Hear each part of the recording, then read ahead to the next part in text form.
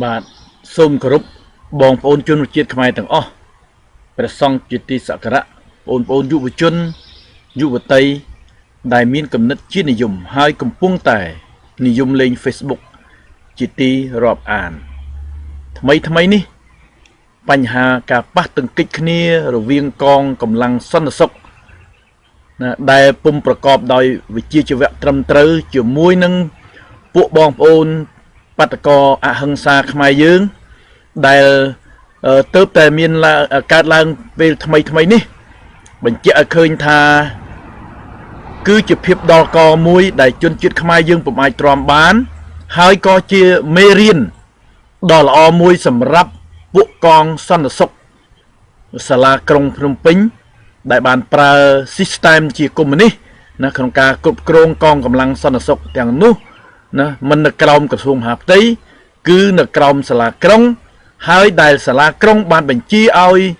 អភិបាលខណ្ឌអគតិខ្លះបង្កើតក្រុមអសន្តិសុខមិនមែនក្រុមសន្តិសុខទេបាទគឺក្រុមអសន្តិសុខទាំងនោះកើតឡើងនៅពេលនេះខ្ញុំពុំមែននិយាយក្នុងគំនិតអាក្រក់ឬក៏គំនិតឲ្យបងប្អូនខ្មែរយើងធ្វើអំពើហិង្សានោះទេក៏ប៉ុន្តែលោកហ៊ុនសែនមិនចោលគំនិតអាក្រក់របស់លោកទេឥឡូវនេះលោកនៅតែអនុវត្តនៅពាក្យសម្រាប់កូនមន់មិនបាច់ប្រើកម្រិតតាំងតោហើយនឹងព្រួញមួយបាញ់ចាប់បានពីររដ្ឋាភិបាលលោកហ៊ុនសែនតែងតែពុំដោះស្រាយពុំទទួលខុសត្រូវចំពោះមុខសភាពការសំខាន់ចំពោះប្រទេសជាតិដូចជាការបាត់បង់កោះត្រល់បញ្ហាជាមួយយួនក្នុងរឿងកម្ពុជាក្រោមគឺក្រសួងការបរទេសដែលមានយួនហៅណាំហុងជាអ្នកមើលការខុសត្រូវនោះពុំមានប្រតិកម្មទេណាសូម្បីតែលោកកុយគួងដែលធ្លាប់តែធ្វើប្រតិកម្មជាច្រើនក៏សង្ងំនៅស្ងៀមទុកឲ្យផៃស៊ីផានដែលជាមនុស្សមកពីសហរដ្ឋអាមេរិកឬក៏ឈៀងវុនដែលជាមនុស្សមកពីស្រុកបារាំងធ្វើការថ្លែងការណ៍ទៅវិញនេះគឺជាកលល្បិច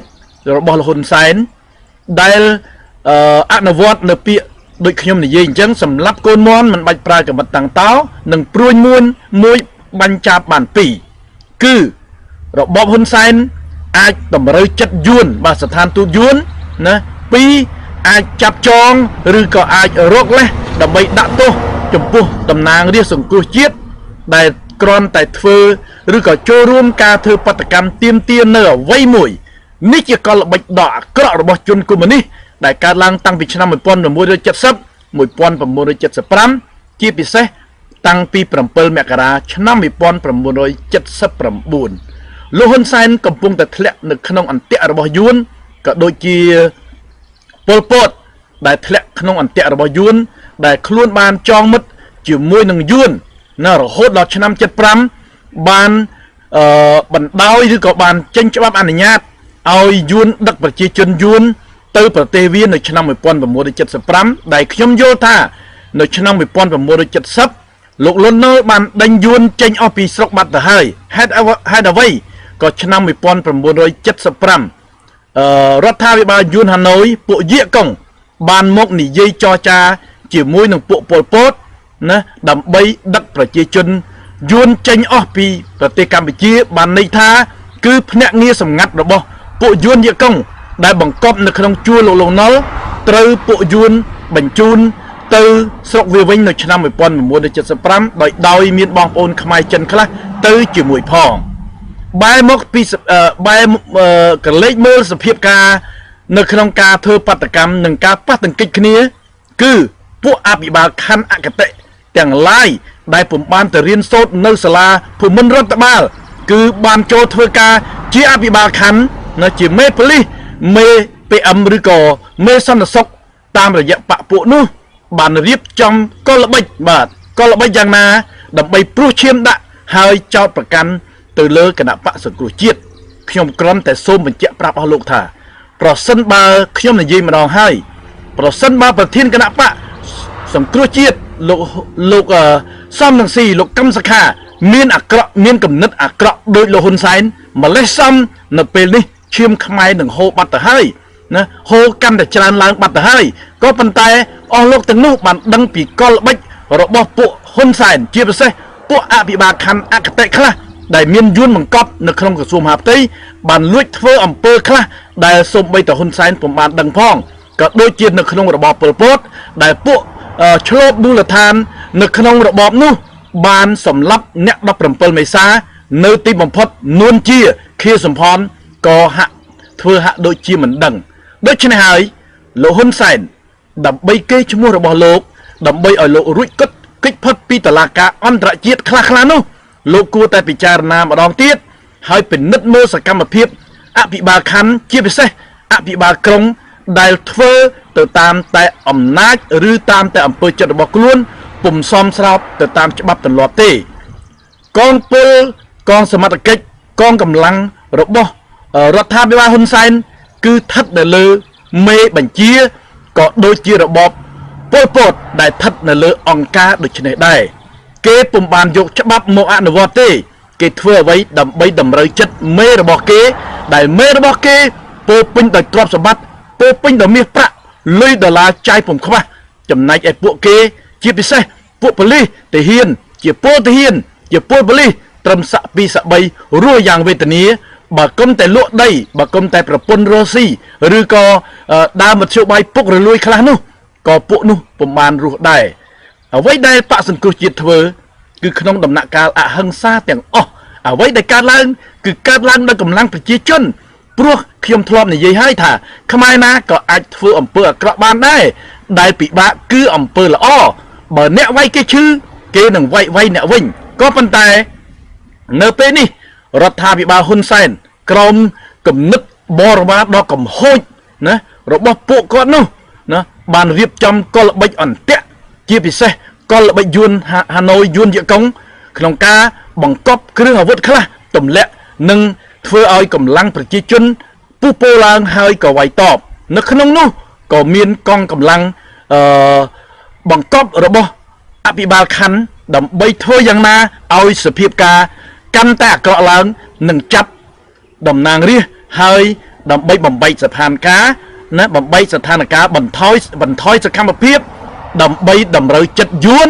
ជាពិសេសស្ថានទូតយួនដែលទៅតែថ្លែងថ្មីនេះដើម្បីឲ្យអាជ្ញាធរហ៊ុនសែនរារាំងដូច្នេះហើយអាជ្ញាធរហ៊ុនសែនបានបាញ់តែព្រួយមួយតែស្លាប់ឬក៏ចាប់បានចាប់ពីរទី1តម្រូវចិត្តយួនទី2បានចាប់អ្នកតំណាងរាស្ត្រណាដើម្បីពន្យាពេលឬដើម្បីដាក់ទោសក្រោមតុលាការអាយ៉ងក្រោមតុលាការដែលរៀបចំឡើងដោយបកមិនមែនចេញពីសាលាវិជ្ជាជីវៈត្រឹមត្រូវគឺជាចៅក្រមដែលនិយមបកចៅក្រមឬមេធាវីដែលនិយមបកពួកដែលចាត់តាំងឡើងដោយបកដូច្នេះហើយជំរើសតែមួយគត់របស់ជនជាតិខ្មែរគឺมันអាចគេចផុតពីការធ្វើមហាបដកម្មមួយបាននោះឡើយណាយើងអាចធ្វើនៅពេលដែលហ៊ុនសែនប្រារព្ធពិធីអ្វីមួយក្រុមរបស់ហ៊ុនសែនកំពុងតែធ្វើយើងនឹងនាំកម្លាំងណាធ្វើបដកម្មនៅចំពោះមុខហ៊ុនសែនបើសិនជាក្រុមហ៊ុនសែនហ៊ានបាញ់សម្លាប់ប្រជាជនយើងក៏ត្រូវចំណាយជីវិតណានៅពេលនោះណាឈាមនឹងហូរសួរថាតើអ្នកណាជាអ្នកទទួលខុសត្រូវតើអ្នកណាតើជាកំហុសអ្នកណាណាតើយើងគួរតែទម្លាក់កំហុសទៅលើបកសង្គ្រោះជាតិដែរឬទេដូច្នេះសូមបងប្អូនខ្លះមេត្តាពិចារណាគ្រាន់តែរឿងប៉ះទង្គិចគ្នាបន្តិចបន្តួចប៉ុណ្ណេះឬក៏មានរបួសប៉ុណ្ណេះរដ្ឋាភិបាលហ៊ុនសែនសមត្ថកិច្ចហ៊ុនសែនបានចាត់តំណាងរាស្ត្រណានេះជាកលល្បិចមួយដែលពួកបកប្រជាជនតែងតែរៀបចំក្នុងកលល្បិចកុម្មុយនីសដើម្បីកម្ចាត់អ្នកស្នេហាជាតិដែលពួកវៀតកុងយួនខាងជើងបានធ្វើកាលពីឆ្នាំ1970 75និង79រហូតមកដល់សពថ្ងៃនេះដូចខ្ញុំនិយាយដដែលអញ្ចឹងបើលោកសំស៊ីមានគំនិតអាក្រក់ដោយលោកហ៊ុនសែនបើលោកកឹមសុខាមានគំនិតជាអាយ៉ងរបៀបហេងសំរិនជាស៊ីមនោះឈាមខ្មែរនឹងកាន់តែហូរច្រើនឡើងក៏ប៉ុន្តែអស់លោកទាំងនោះបានដឹងកលល្បិចបានរៀបចំខ្លួនជាអ្នកនយោបាយដើម្បីពិភាក្សាគ្នាក្នុងន័យនយោបាយដើម្បីដោះស្រាយប្រទេសជាតិក៏ប៉ុន្តែដោយសារលោកហ៊ុនសែនធ្លាប់ប្រព្រឹត្តអំពើអាក្រក់ហើយលោកហ៊ុនសែនបានប្រើកលល្បិចសាមកុក ដើម្បីសម្រាប់តែជាតិឯងនោះ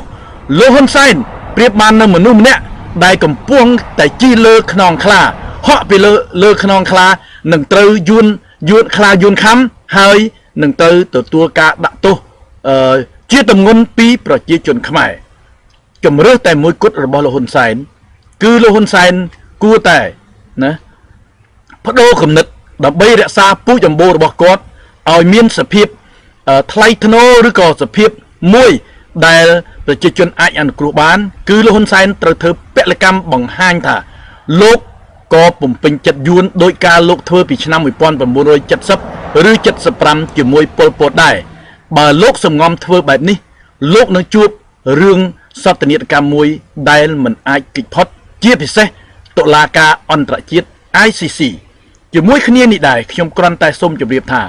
ចាប់តាំងពីឆ្នាំ1955រហូតមកដល់បច្ចុប្បន្ននេះខ្មែរយើងពុំមានវីរៈជនណានៅក្នុងខួរក្បាលទេជនស្នេហាជាតិទាំងឡាយឧទាហរណ៍អាចារ្យហែមជីវលោកសំសេរីលោកដាបឈួនជាដើមនៅទីបំផុតក៏ត្រូវទទួលរងការចោទថាក្បត់ជាតិតាមពិតទៅរឿងរ៉ាវអាកំបាំងរបស់លោកដាបឈួនក្តីរឿងរ៉ាវអាកំបាំងរបស់លោកសំសេរីក្តីស្ថិតនៅក្នុងអាកំបាំងឡើយជួនកាលខ្លះអ្នកស្នេហាជាតិខ្លាយជាជនក្បត់ជាតិអ្នកជនក្បត់ជាតិឬក៏មនុស្សខូចខ្លាយជាឧត្តមសេនីយ៍ដូចយើងឃើញស្រាប់ហើយដូច្នេះហើយនៅក្នុងសម័យមួយដែលកំពុងតែស្ថិតនៅក្នុងកលយុគស្ថិតនៅក្នុងកលល្បិចរបស់យួនអ្នកស្នេហាជាតិទាំងឡាយពុំដែលមានសេចក្តីសុខទេក៏ដូចជាលោកសឹងអុកថាញ់ដែលបានធ្វើពលកម្មយ៉ាងច្រើនចំពោះប្រទេសជាតិប៉ុន្តែរហូតមកដល់ពេលនេះពុំមានជនជាតិខ្មែរណាគោរពរហូតមកដល់សពថ្ងៃដែលសកម្មភាពទាំងឡាយមានតាំងពីអាចារ្យហែមជីវមានតាំងពីអុកញ៉ាកាឡាហុំគង់មានតាំងពីលោកសឹងអុកថាញ់ជាឧទាហរណ៍រហូតដល់លោកដាបឈួនដែលគេតែងតែចោទថាជាជនក្បត់ជាតិចំនួនសម្ដេចសីហនុមានលោកព្រាបអិនសៅងុយជាដើមដូច្នេះដើម្បីកុំឲ្យមានកំហុសតទៅទៀតរបបលោកហ៊ុនសែនទាំងតុលាការចាំទាំងចៅក្រមទាំងអស់មេត្តាពិចារណាហើយអនុវត្តតាមច្បាប់ក្នុងលទ្ធិប្រជាធិបតេយ្យ30ឆ្នាំផ្លាយមកហើយអស់លោករស់នៅកំណរទុករបស់ប្រជារាស្ត្រក្នុងភាពកុហកតាំងពីថ្ងៃ7មករារហូតមកដល់បច្ចុប្បន្ននេះអស់លោកខ្លាយជាមហាសេដ្ឋីខ្លាយជាអ្នកមាននៅក្នុងកំណរឈាមខ្មែរប្រហុកឈាមខ្មែរអស់លោកទៅតែដឹងថាអំពើអាក្រក់របស់លោកថ្ងៃណាមួយនឹងត្រូវទទួលទណ្ឌកម្មជាពំខានដូច្នេះហើយខ្ញុំសូមអំពាវនាវឲ្យលោកហ៊ុនសែនមេត្តាពិចារណាម្ដងទៀតចំពោះការចាប់ខ្លួនតំណាងរាស្ត្ររបស់គណៈបកសង្គ្រោះជាតិមុនពេលដែលប្រជាជនខ្មែរដល់កហើយឈាមខ្មែរនឹងហូរនៅពេលណាមួយដែលពុំអាចទ្រាំបានសូមអរគុណសូមជម្រាបលាបាទ